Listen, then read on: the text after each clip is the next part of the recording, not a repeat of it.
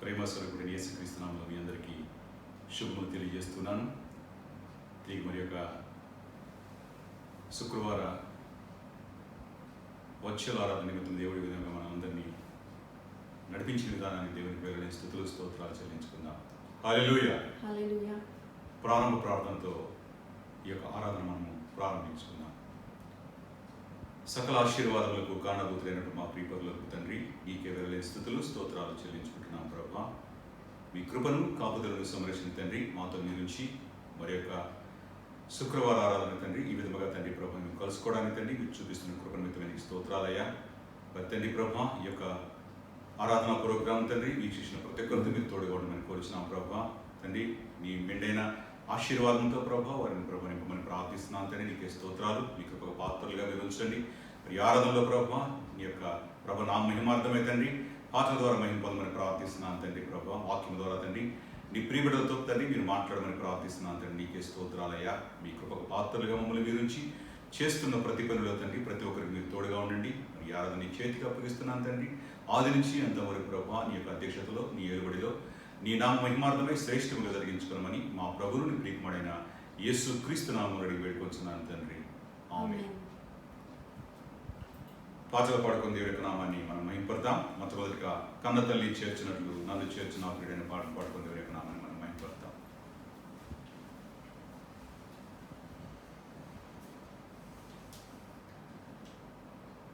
కన్న తల్లి చేర్చునట్టు నన్ను చేర్చున ప్రియుడు, కన్న తల్లి చేర్చునట్టు నన్ను చేర్చున ప్రియుడు.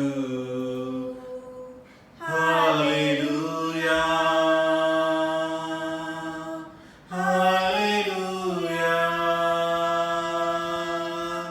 హల్లెలూయా హల్లెలూయా హల్లెలూయా హల్లెలూయా హల్లెలూయా హల్లెలూయా. కౌగిలిలో హత్తుకొను నా చింతలను తీర్చును, కౌగిలిలో హత్తుకొను నా చింతలను తీర్చును, కన్న తల్లి చేర్చునట్లు నన్ను చేర్చున ప్రియుడు, కన్న తల్లి చేర్చునట్లు నన్ను చేర్చున ప్రియుడు. హల్లెలూయా హల్లెలూయా హల్లెలూయా హల్లెలూయా హల్లెలూయా హల్లెలూయా హల్లెలూయా హల్లెలూయా. చేయి పట్టి నడుపును, శిఖరముపై నిలుపును, చేయి పట్టి నడుపును, శిఖరముపై నిలుపును, కన్న తల్లి చేర్చునట్లు నన్ను చేర్చున ప్రియుడు, కన్న తల్లి చేర్చునట్లు నన్ను చేర్చున ప్రియుడు. హల్లెలూయా హల్లెలూయా హల్లెలూయా హల్లెలూయా హల్లెలూయా హల్లెలూయా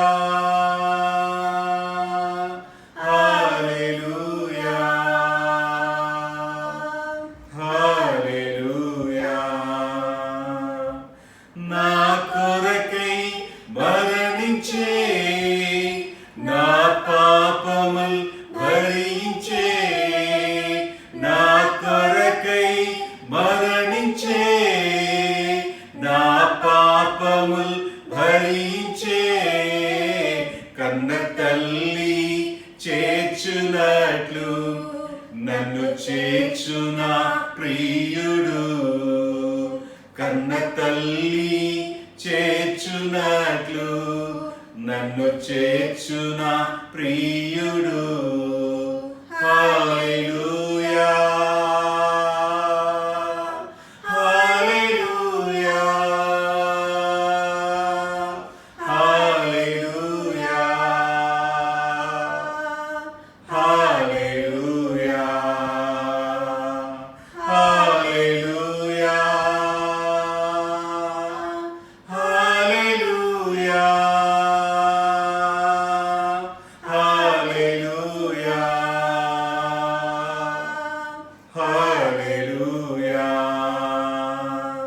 చేయి విడువడు ఎన్నడు, విడనాడడు ఎప్పుడు.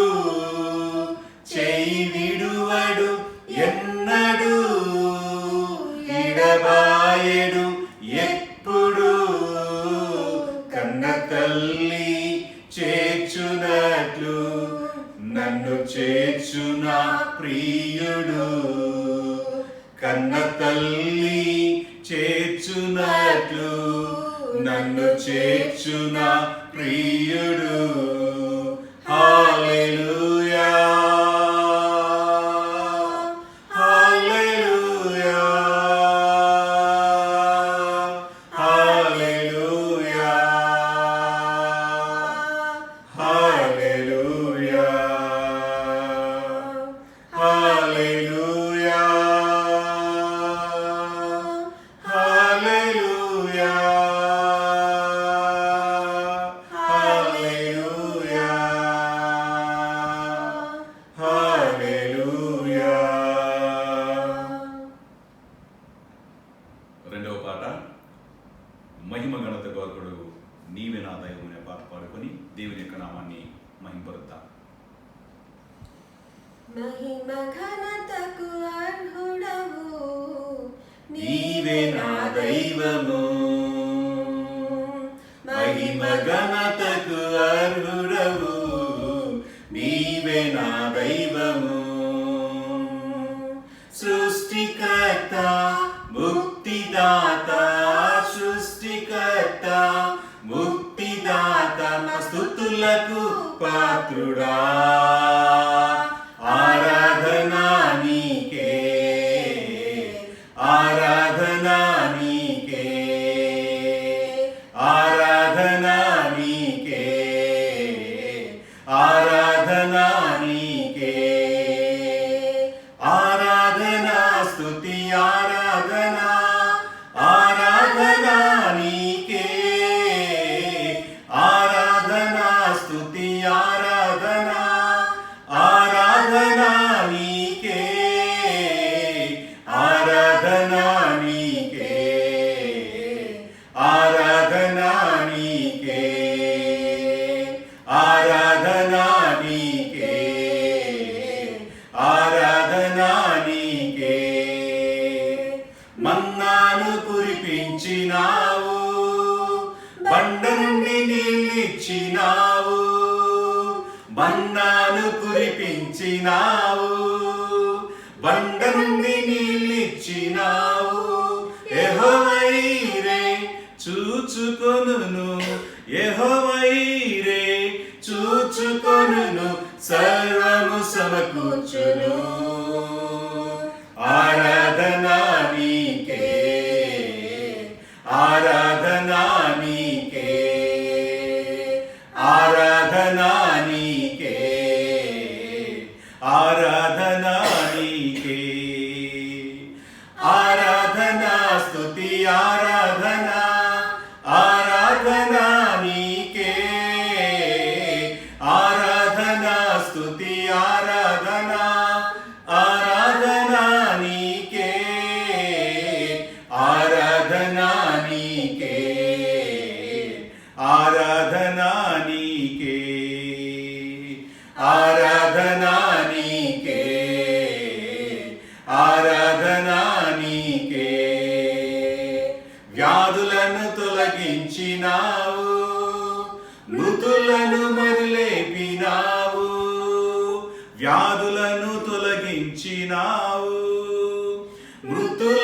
మరి లేపినావు. యెహోవా రాఫా స్వస్థపరచును, యెహోవా రాఫా స్వస్థపరచును, నన్ను స్వస్థపరచును. ఆరాధనా నీకే, ఆరాధనా నీకే,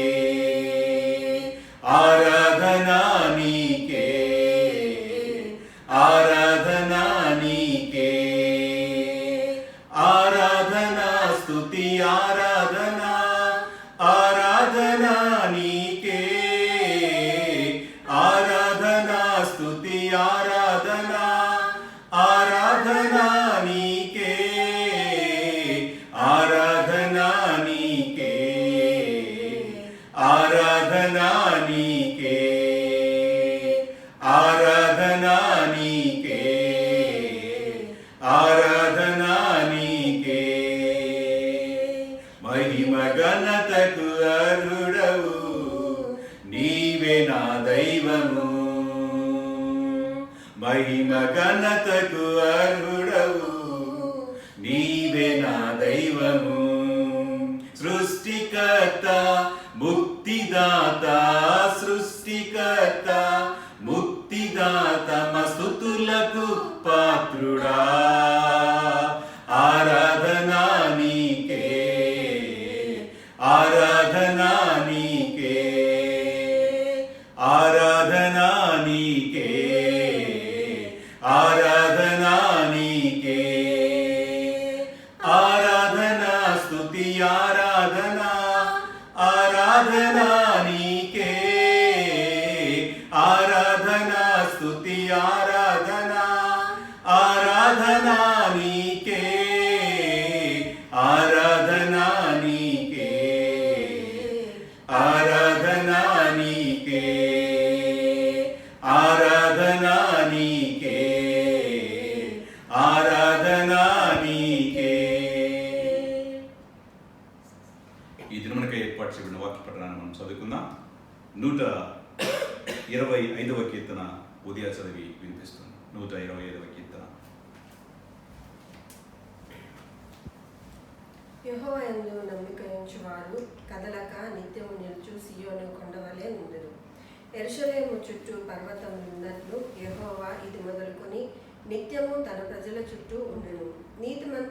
నీతిమంతులు పాపము చేయుటకు తమ చేతులు చాపకుండునట్లు భక్తిహీనులు రాజదండము నీతిమంతుల స్వాస్థ్యం మీద నుండదు. యెహోవా మంచివారికి మేలు చేయము, యథార్థ హృదయులకు మేలు చేయము. తమ వంకర త్రోవల వలన తొలగిపోవు వారిని పాపము చేయి వారితో కూడా యెహోవా కొనిపోవును. ఇశ్రాయేలు మీద సమాధానం ఉండునుగాక.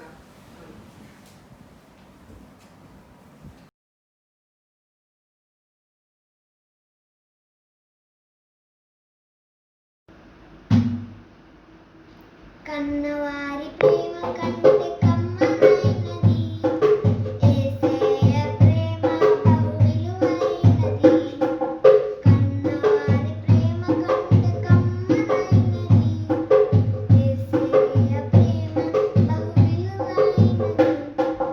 ఇంత గొప్ప ప్రేమ మరి ఎక్కడున్నది, ఇంత గొప్ప ప్రేమ మరి ఎక్కడున్నది.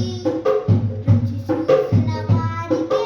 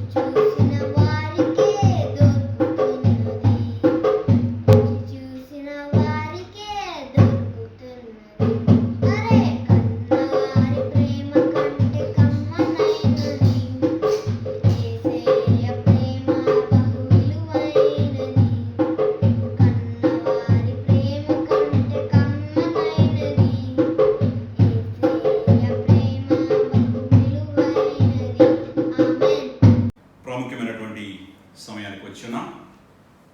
ఈ సమయంలో పరిశుద్ధ ఆత్మదేవుడు మనతో మాట్లాడబోతున్నటువంటి వాక్య భాగము యాకోబు పత్రిక 4వ అధ్యాయము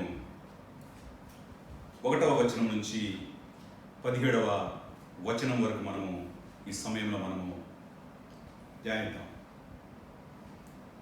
ఈ వాక్య భాగాన్ని మనము గమనించినట్లయితే ప్రాముఖ్యంగా లోకానుసారముగా జీవించడం గురించి యాకోబు భక్తుడు హెచ్చరిస్తూ ఉన్నాడు. మానవ జీవితంలో లోకానుసారముగా జీవించే విషయంలో యాకోబు హెచ్చరిస్తూ ఉన్నాడు. మరి ఈ వాక్య భాగాన్ని ప్రాముఖ్యంగా 5 విభాగాలుగా మనము విభజించవచ్చు. మొట్టమొదటిది మొదటి 2 వచనాలను మనం చూసినట్లయితే మానవునిలో పోరాటముల మూలమును గురించి మనము తెలుసుకుంటాం. 3వ వచనం నుంచి 6వ వచనం వరకు మనం గమనించినట్లయితే మన ప్రవర్తన ద్వారా వచ్చే పరిణామములను గురించి మనము తెలుసుకుంటాం.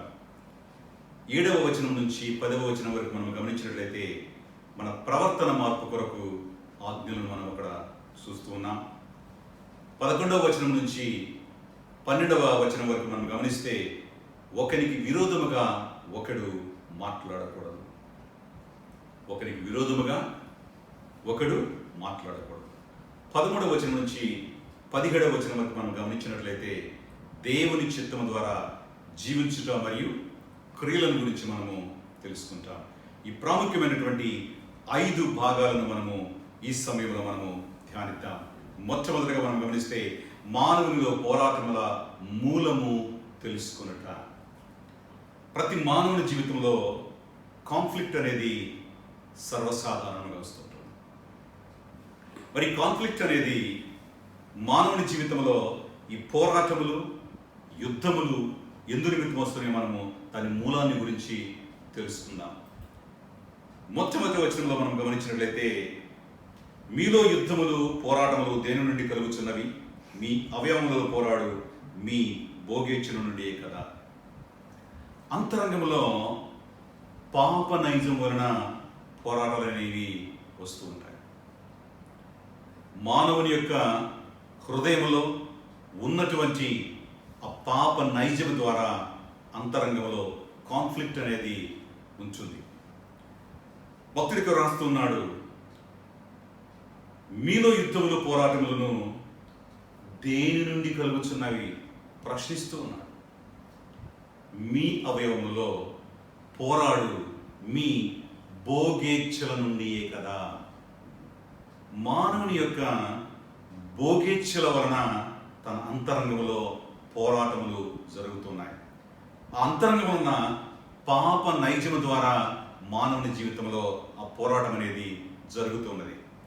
ఆదికాండము 6వ అధ్యాయము 5వ వచనం మనం గమనించినట్లయితే నరుల చెడుతనము భూమి మీద గొప్పదనియు వారి హృదయముల యొక్క తలంపులలోని ఊహంతయు ఎల్లప్పుడూ కేవలము చెడ్డదనియు యెహోవా చూచి.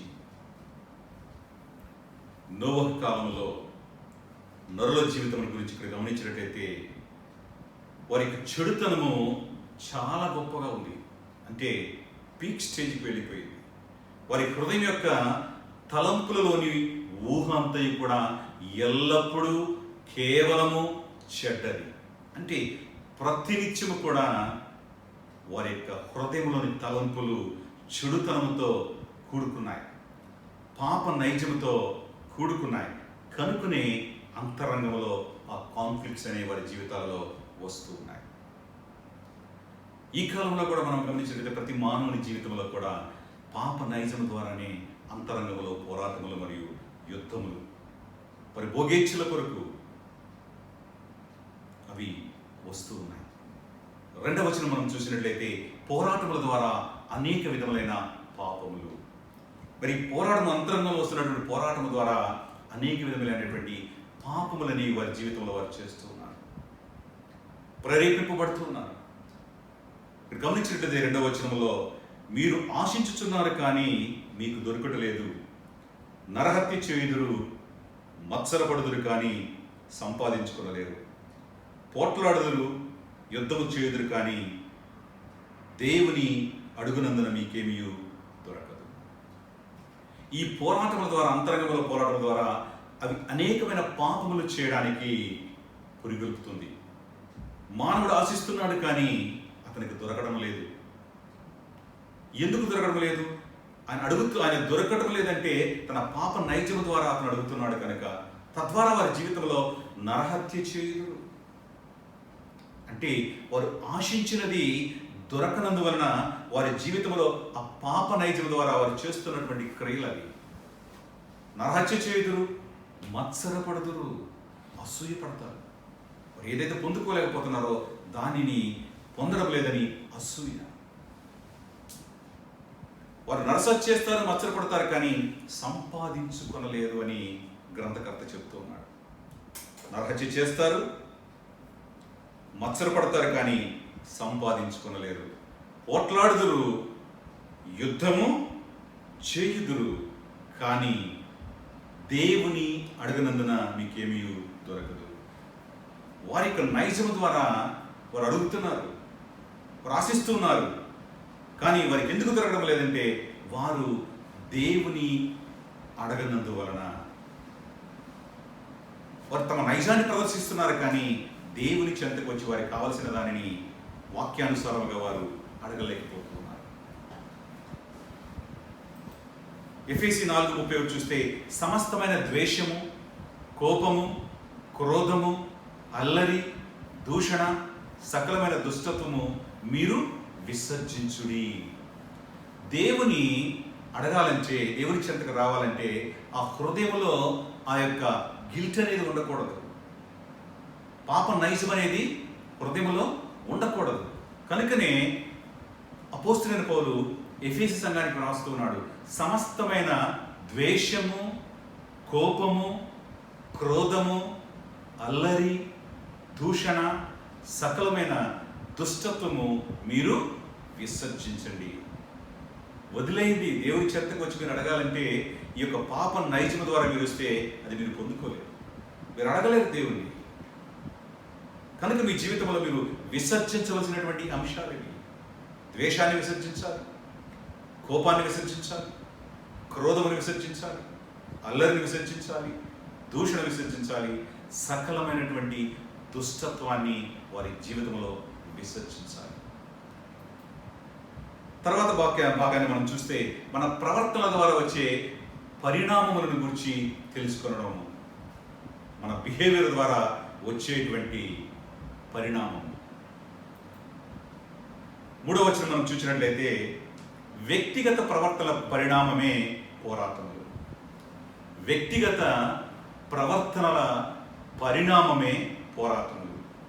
ఈ వచనాన్ని మనం చూసినట్లయితే మీరు అడిగినను మీ భోగముల నిమిత్తము వినియోగించుటకై దురుద్దేశంతో అడుగుదురు కనుక మీకేమీ దొరకడం లేదు.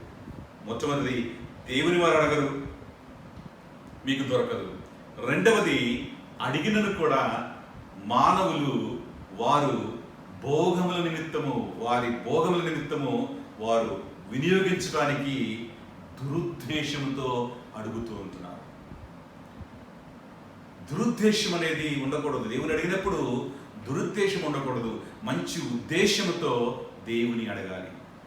మీరు అడిగినను కూడా మీ భోగాల నిమిత్తం అడుగుతున్నారు, మీ సొంత పనుల నిమిత్తము, మీ శరీర కార్యముల నిమిత్తము, మీ యొక్క లోకములో ఉన్న భోగభాగ్యముల నిమిత్తం మీరు అడుగుతున్నారే కానీ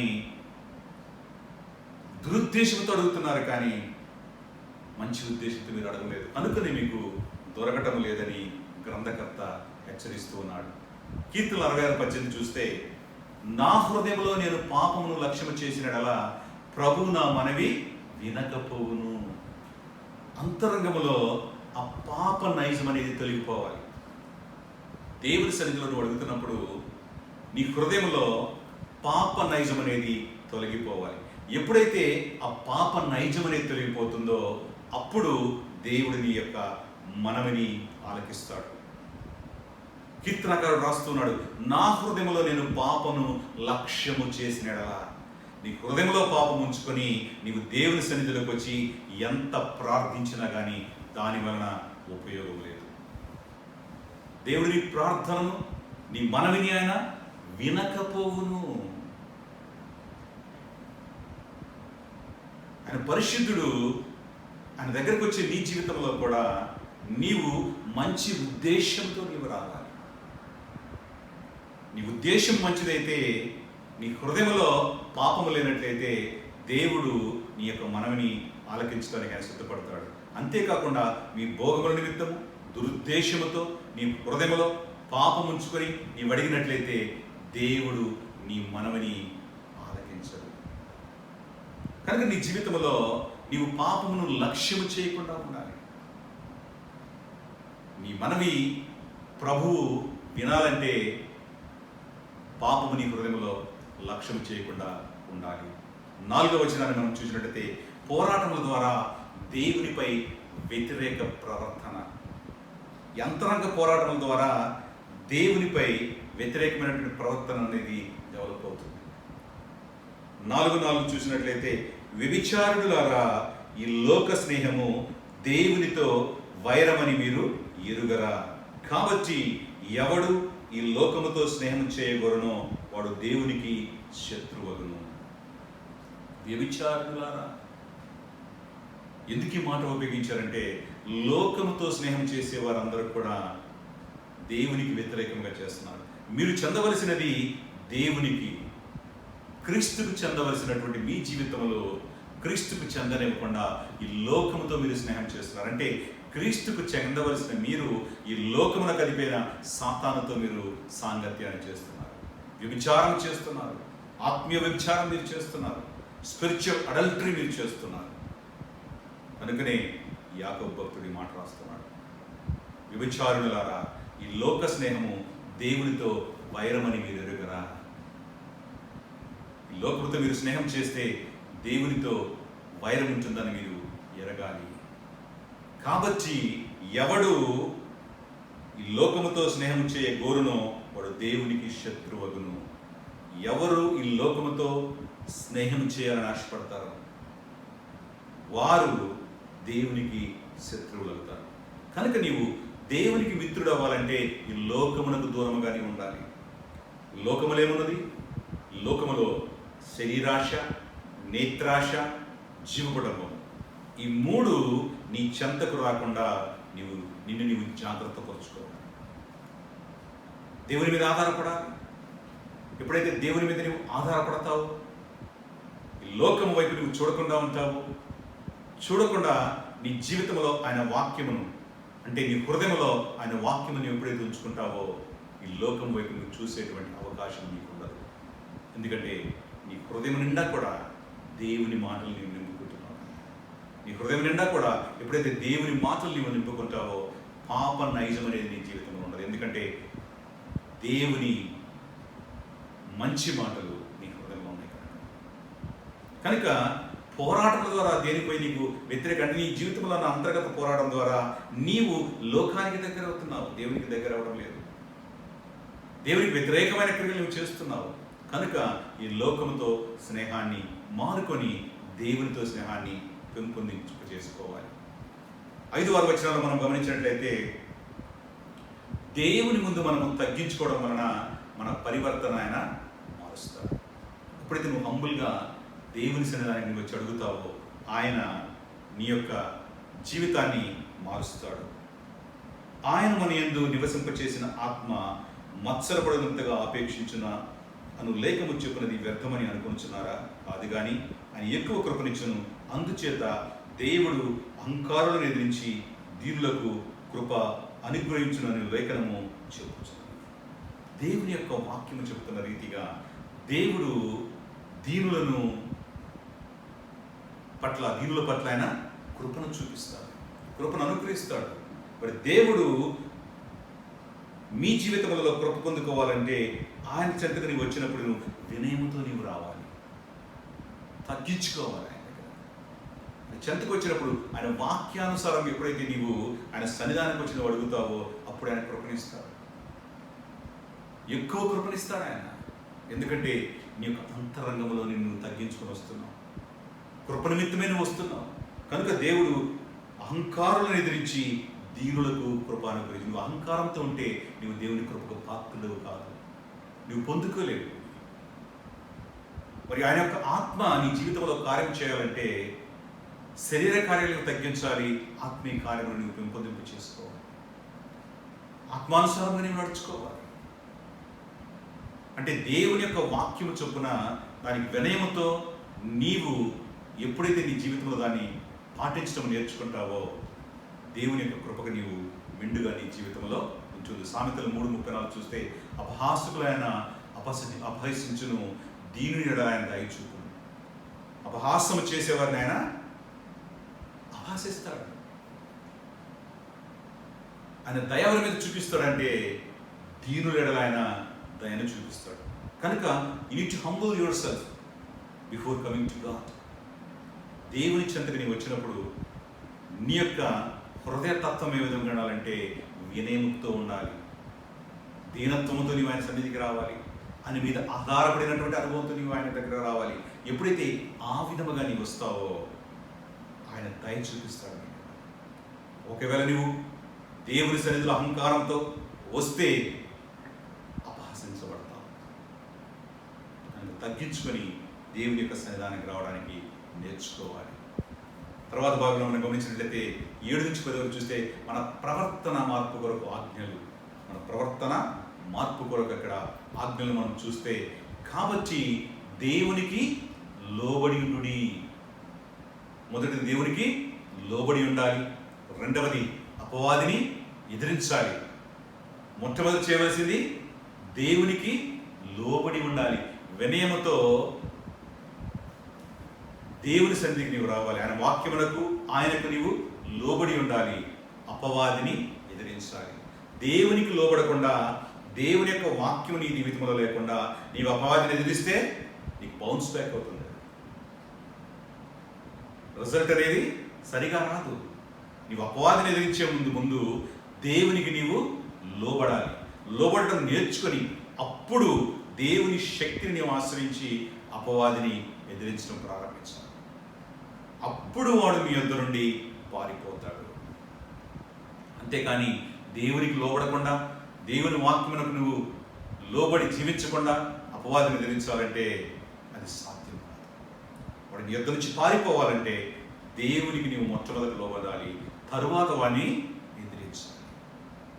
క్రీస్తు చేసి చూపించాడు, ఒక మాదిరి ఉంచాడు. ఆయన దేవుని మాటకు లోబడ్డాడు, దేవునికి లోబడ్డాడు. అప్పుడు అపవాదిని ఆయన ఎదిరించినప్పుడు అపవాది ఆయన యొద్ద నుండి పారిపోయాడు. నీ జీవితంలో కూడా అది నువ్వు నేర్చుకోవాలి. క్రీస్తు చూపిన మాదిరిని నీవు నేర్చుకొని నీవు దేవునికి లోబడడం నీవు నేర్చుకోవాలి, అభ్యాసము చేయాలి. ఎప్పుడైతే ఆ విధముగా నీవు నేర్చుకుంటావో అప్పుడు నీవు అపరాధిని ఎదిరించడం ప్రారంభిస్తావో అప్పుడు వాడు నీ యొద్ద నుండి పారిపోయాడు. ఎందుకంటే దేవుని శక్తిని నీవు ఆశ్రయిస్తున్నావు.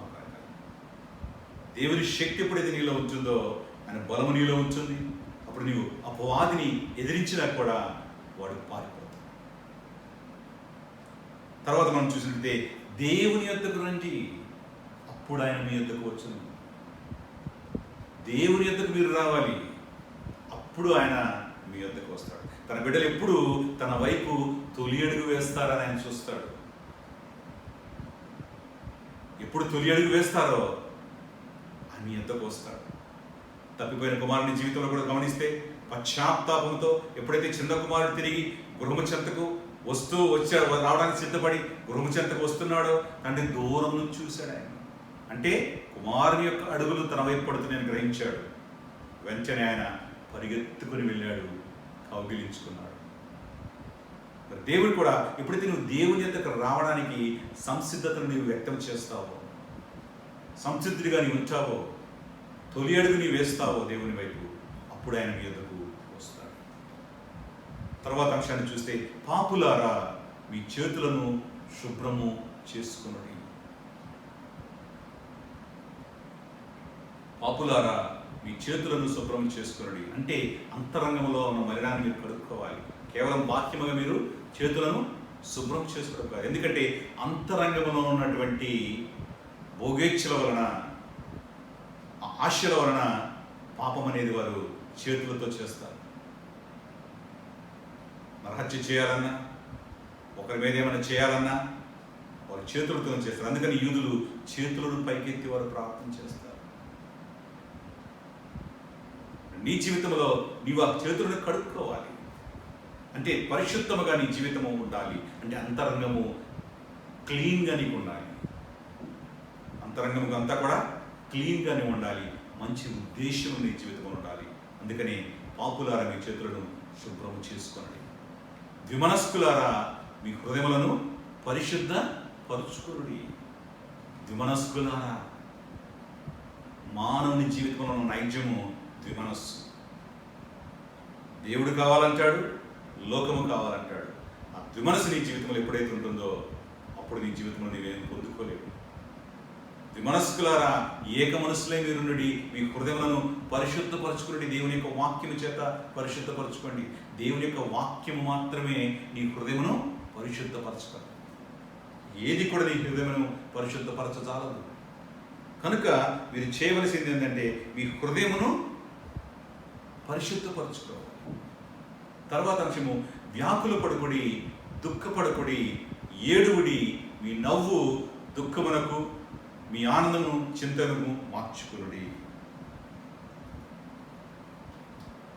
వ్యాకుల పడుడి, దుఃఖపడుడి, ఏడువుడి, మీ నవ్వు దుఃఖమునకును మీ ఆనందము చింతకును మార్చుకునుడి.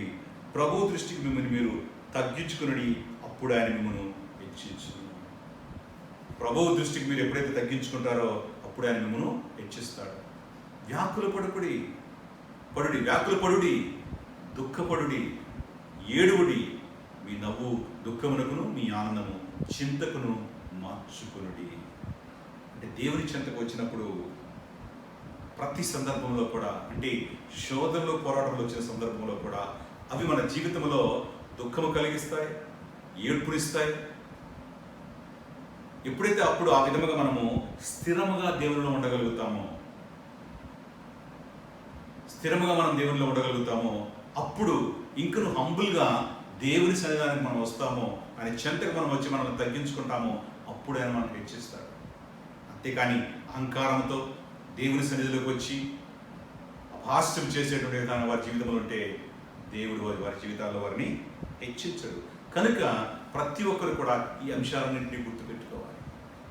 తర్వాత వాక్యాన్ని చూస్తే 1 పేతురు 5:9 చూస్తే, లోకమందున్న మీ సహోదరుల యందు ఈ విధమైన శ్రమలే నెరవేర్చున్నవని ఎరిగి విశ్వాసమందు స్థిరులే వారిని ఎదిరించుడి. సాతాన్ని ఎదిరించే విషయంలో దేవునికి లోబడి మీ జీవితం ఉండాలి. ఇలా చదువుకున్న ప్రతి అంశాన్ని కూడా మీ జీవితంలో జాగ్రత్తగా గమనించండి. లోకమందున్న మీ సహోదరుల యందు ఈ విధమైన శ్రమలే నెరవేర్చున్నవని ఎరిగి విశ్వాసమందు స్థిరులై వారిని ఎదిరించుడి. వారిని ఎదిరించాలంటే దేవునికి లోబడి ఉండాలి. రెండవది, విశ్వాసమందు స్థిరంగా ఉండాలి. అంటే ద్విమనస్సు నీ జీవితంలో లేకుండా ఉండాలి. దేవుని మీద నువ్వు ఆధారపడుతున్నావంటే పూర్తిగా ఆయన మీద ఆధారపడేటువంటి అనుభవం నీకు ఉండాలి. ఆ విశ్వాసం నందు స్థిరులై నువ్వు ఎప్పుడైతే నువ్వు స్థిరంగా ఉండి ఎదిరిస్తావో వాడు నీ చెంత నుంచి పారిపోతాడు. లోకమందుల సహోదరులందరూ కూడా శ్రమలు వస్తున్నాయి. ఆ శ్రమలలో దుఃఖం వచ్చినా కూడా, ఏడ్పు వచ్చినా కూడా, అవన్నీ కూడా ఆ శ్రమలు తొలగిన తర్వాత నాట్యముగా మారుతాయి. వారి జీవితంలో ఆనందం ఉంటుంది. దేవుని దృష్టికి తగ్గించుకోవాలి, ఎప్పుడైనా హెచ్చిస్తాడు. తర్వాత భాగాన్ని చూసినట్లయితే 11 నుంచి 12 వరకు, ఒకరికి విరోధముగా ఒకడు మాట్లాడుకుంటుట.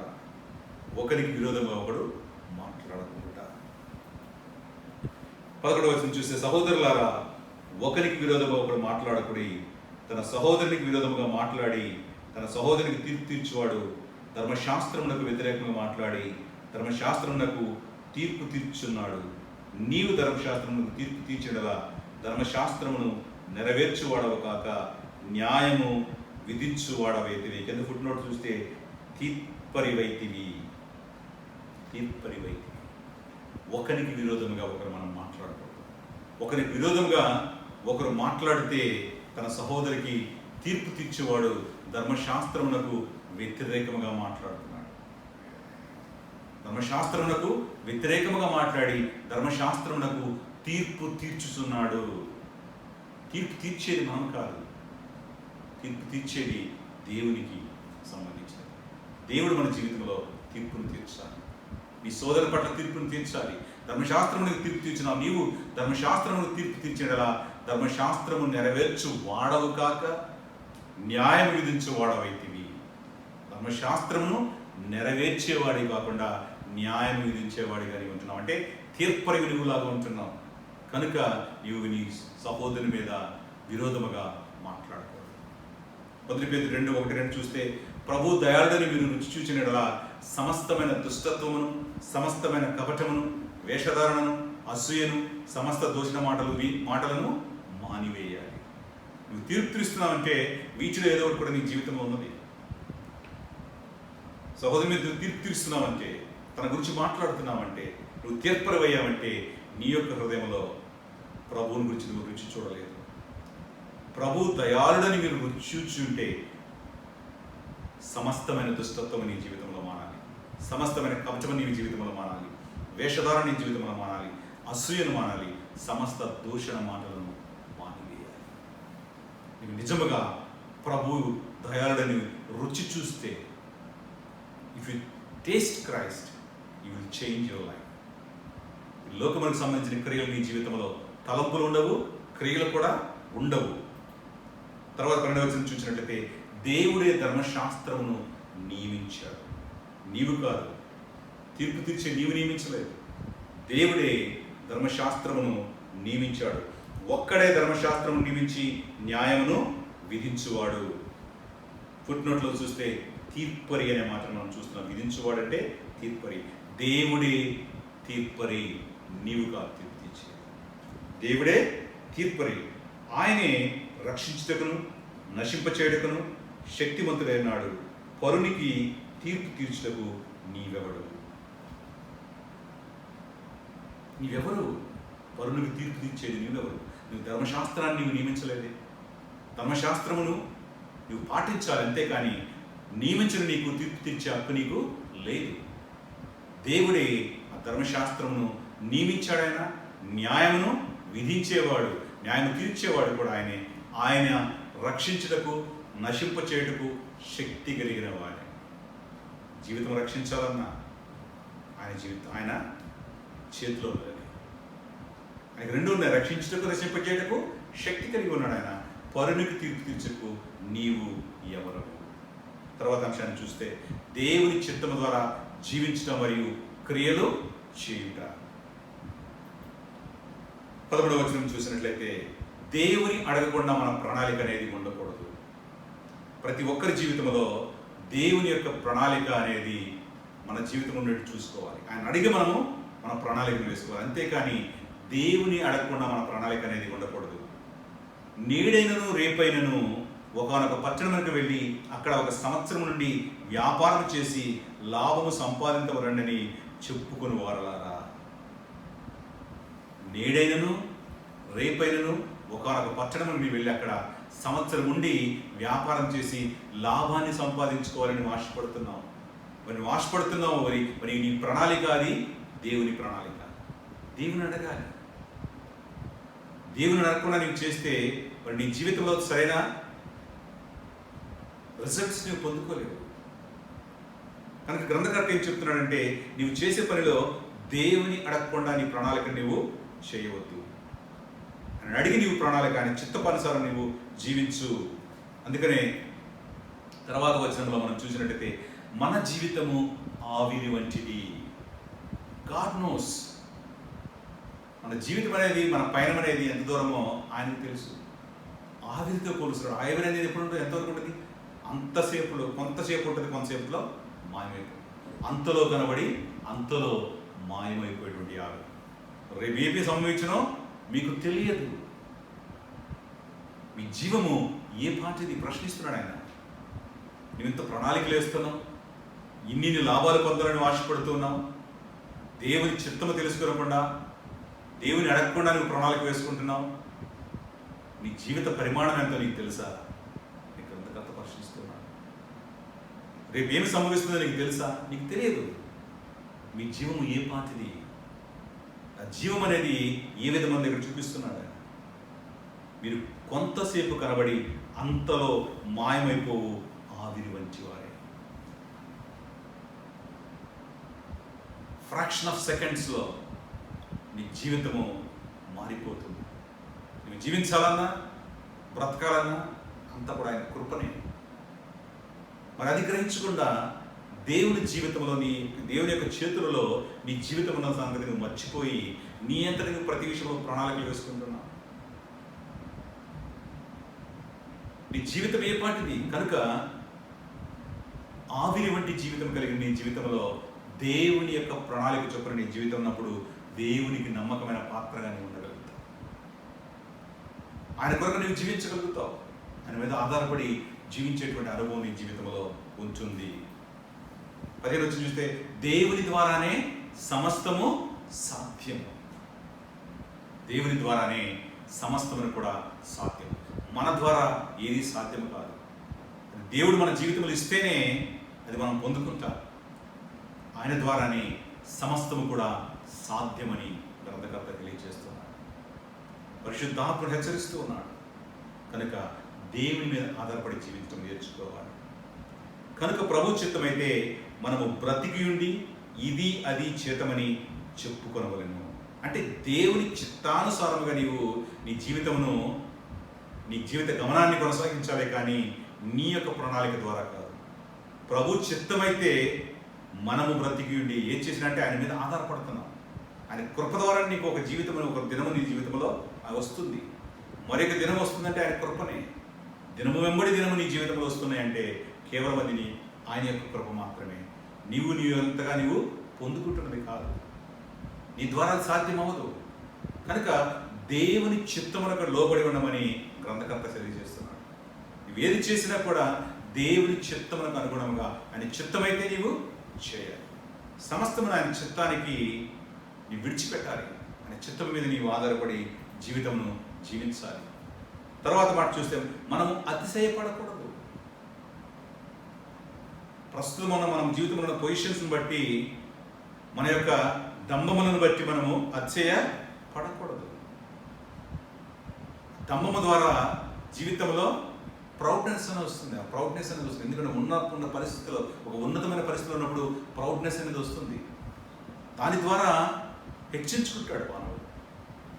కనుక క్రైస్తవ బిడ్డలుగా ఉన్న వారు ఎవరు కూడా అతిశయపడకూడదు. ఎప్పుడైతే మీరు మీ నమ్మముని మీద అతిశయపడుతున్నారు, ఇట్టి అతిశయమంతది కూడా చెడ్డది.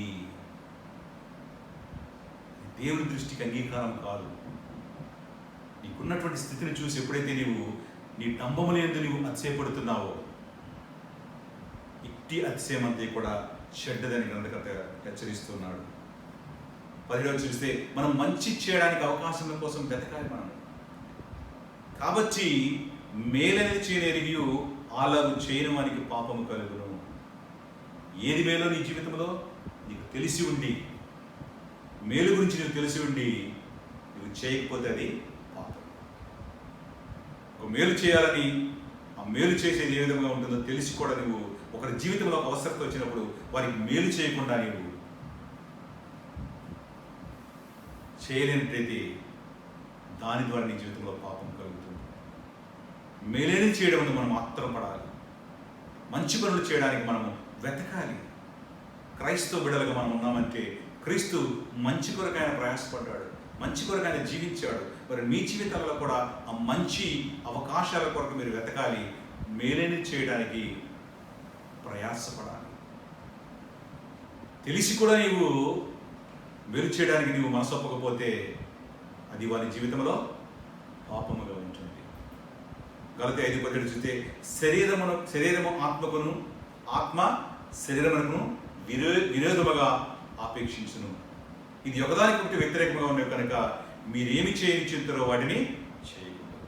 అంటే మానవుని జీవితం కేవలము శరీర క్రియల మీద ఆధారపడినప్పుడు ఇవన్నీ కూడా జరుగుతాయి.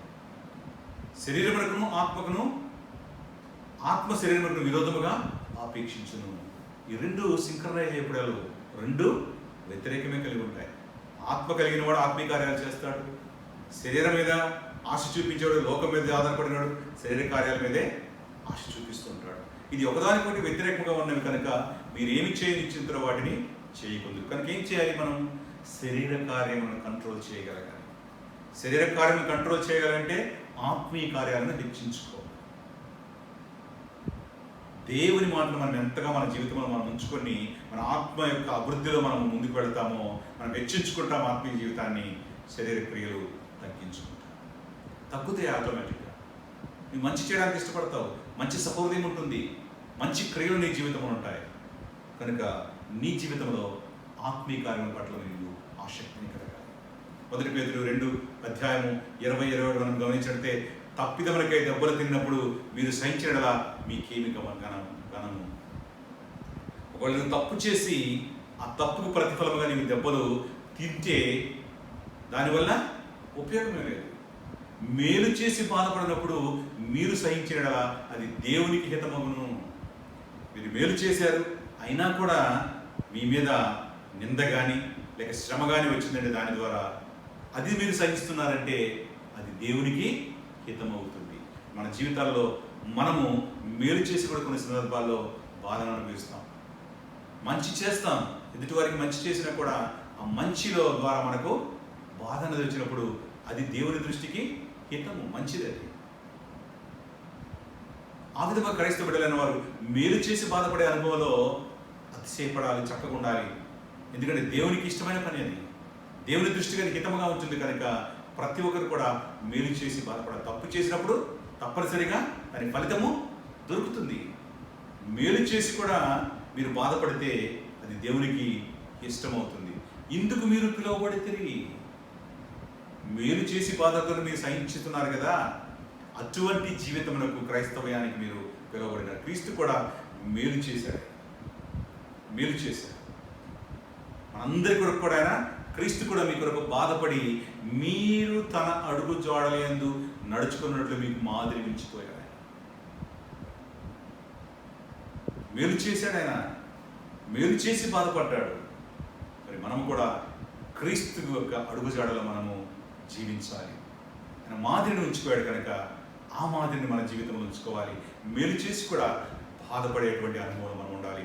అందుకొరకే మనం పిలువబడి ఉన్నాం. క్రీస్తుని మాదిరిగా చూపించడానికి మనం పిలువబడి ఉన్నాం. క్రీస్తు ప్రేమని లోకాన్ని చూపించడానికి మనము పిలువబడి ఉన్నాం. అంతేగాని మనలో కాన్ఫ్లిక్ట్స్ ద్వారా ఈ లోకానికి సంబంధించి మనం జీవించకూడదు. లోకము కొరకు జీవించకూడదు. లోకం యొక్క భోగేచ్ఛల కొరకు జీవించకూడదు. క్రీస్తు కొరకు జీవించాలి. క్రీస్తుని లోకానికి కనపరచడానికి జీవించాలి. ఆయన ఒక మాదిరి ఉంచిపోయాడు కనుక మనం కూడా ఆ మాదిరిని అనుసరించి మనము జీవించేటువంటి అనుభవంలో ఉండాలి. ఆ విధంగా ఉండడానికి పరిశుద్ధాత్మ దేవుడు మీకు సహాయం చేయను గాక. ఈ కొద్ది మాట మీరు దేవుడు ఆశీర్వదించిన గాక. ఆమేన్. ప్రార్థించుకున్నాం. ముగింపు ప్రార్థన.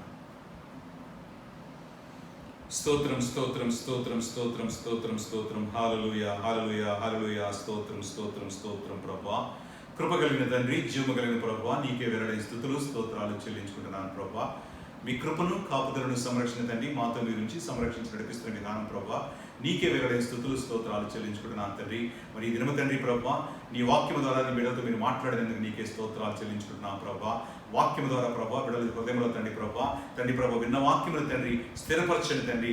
వాక్యానుసారం ప్రభా జీవించేటి అనుభవంలో తండ్రి వారిని మీరు ఉంచమని ప్రార్థిస్తున్నాను ప్రభా. నీకే స్తోత్రమయ్యా. స్తుతులు చెల్లించుకుంటున్నాను తండ్రి.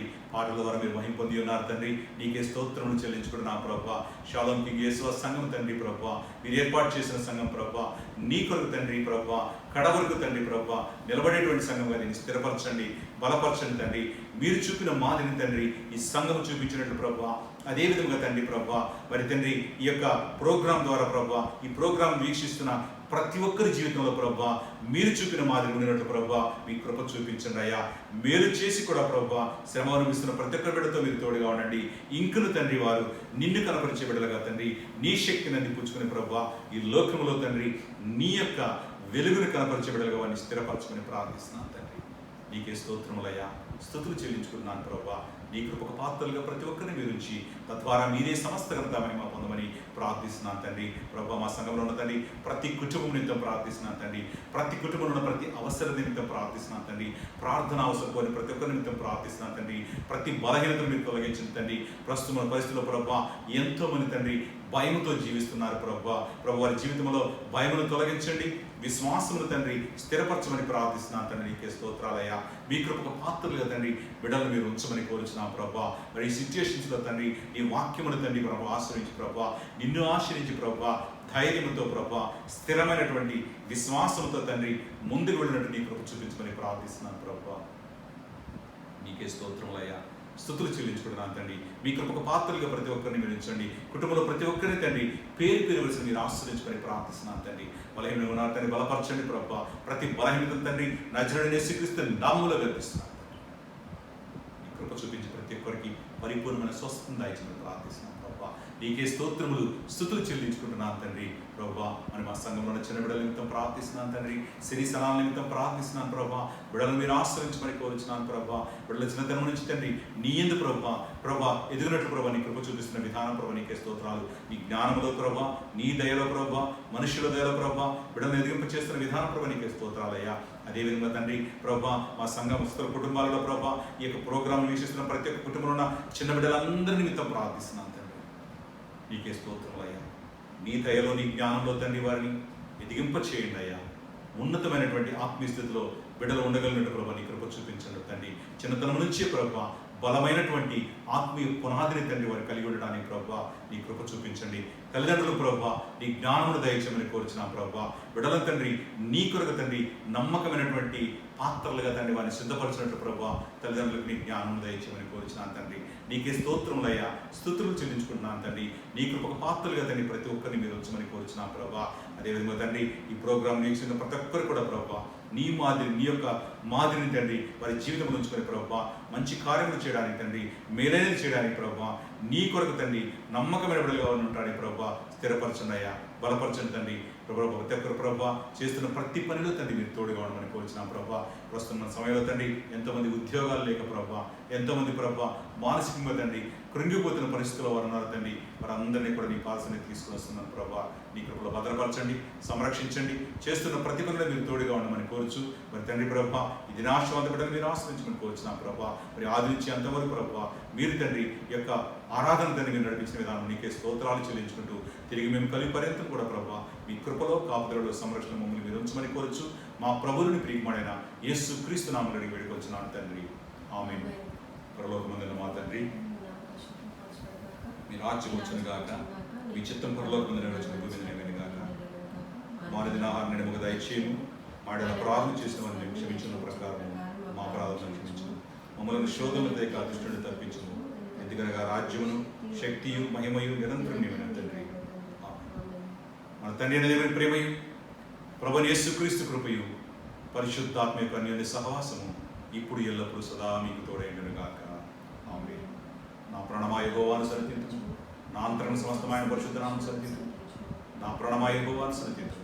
ఆయన చేసిన ఉపకారంలో దేని యేసు రక్తమునకే చేయి, ప్రభు యేసు రక్తమునకే చేయి, ప్రభు యేసు నామమున సంపూర్ణ విజయం కలుగును గాక. ఆమేన్. అందరికీ వందనాలండి. దేవుడు మిమ్మల్ని దీవించును గాక. ఆమేన్.